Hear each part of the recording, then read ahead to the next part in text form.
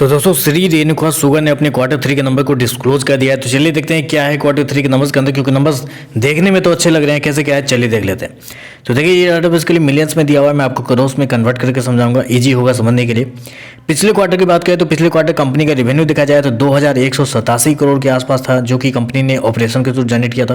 पिछले साल की बात करें तो 2005 करोड़ के आसपास, जबकि इस क्वार्टर में देखें तो कंपनी का रेवेन्यू बढ़ के 2551 करोड़ के आसपास पे आ पहुंचा। तो साल दर साल देखें तो साल दर साल अप्रोक्सीमेटली आप बोल सकते हैं 22% के आसपास की तेजी है कंपनी के रेवेन्यू के अंदर। वहीं अगर क्वार्टर जाते हैं तो क्वार्टर भी अप्रोक्सीमेटली आप बोल सकते हैं 19% के आसपास की तेजी आपको देखने को मिली। तो कंपनी का रेवेन्यू बहुत शानदार इस क्वार्टर में बढ़ा है, क्योंकि साल दर साल और क्वार्टर दोनों में डबल डिजिट ग्रोथ देखने को मिली है इस बार कंपनी के रेवेन्यू के साथ। चलिए कंपनी के खर्चे देखते हैं, खर्चे क्या किए हैं कंपनी ने। पिछले क्वार्टर में 2335 करोड़ खर्च किए थे, पिछले साल 1981 करोड़, जबकि इस क्वार्टर में कंपनी ने 2548 करोड़ खर्च किए हैं। तो कंपनी के खर्चे जो हैं वो इस क्वार्टर में थोड़े से कंट्रोल होते हुए देखने को मिले, लेकिन थोड़े कुछ जगह हैं जहां पे कंपनी ने बहुत ज़्यादा एक्सपेंस खर्च कर दिया है, जो कि है फाइनेंस कॉस्ट। फाइनेंस कॉस्ट में कंपनी ने 144 करोड़ खर्च किए हैं इस क्वार्टर में, जबकि पिछले साल मात्र 90 करोड़ के आसपास थे। मैं आपको बता दूं फाइनेंस कॉस्ट होता क्या है। फाइनेंस कॉस्ट वो होता है जब आप किसी लेंडर से कर्ज उधार लेते हैं या किसी कंपनी से आप कर्ज लेते हैं तो उसको जो इंटरेस्ट पे करना पड़ता है उसको फाइनेंस कॉस्ट कहते हैं। तो इस क्वार्टर में कंपनी का जो कॉस्ट है वो थोड़ा ज़्यादा होता हुआ देखने को मिल रहा है पिछले साल के मुकाबले।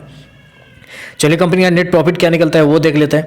तो देखिए पिछले क्वार्टर में कंपनी 141 करोड़ के लॉस में थी। पिछले साल कंपनी का प्रॉफिट 43 करोड़ के आसपास था, जबकि अभी देखें तो 14 करोड़ के आसपास कंपनी का प्रॉफिट है। तो क्वार्टर कंपेयर करें तो कंपनी फाइनली जाके लॉस से प्रॉफिट में आ चुकी है। जहां पिछले क्वार्टर में 141 करोड़ का लॉस कंपनी ने दिखाया था, अभी 14 करोड़ का प्रॉफिट है। तो एक अच्छी बात है, बहुत अच्छी सरप्राइज है ये मार्केट के लिए कि कंपनी लॉस से प्रॉफिट में आ चुकी है। लेकिन दूसरी प्रॉब्लम ये हो रही है कि मैंने आपको क्या बताया कि फाइनेंस कॉस्ट में कंपनी ने अप्रोक्सीमेटली 50 करोड़ ज़्यादा खर्च किए हैं इस क्वार्टर में पिछले साल के मुकाबले।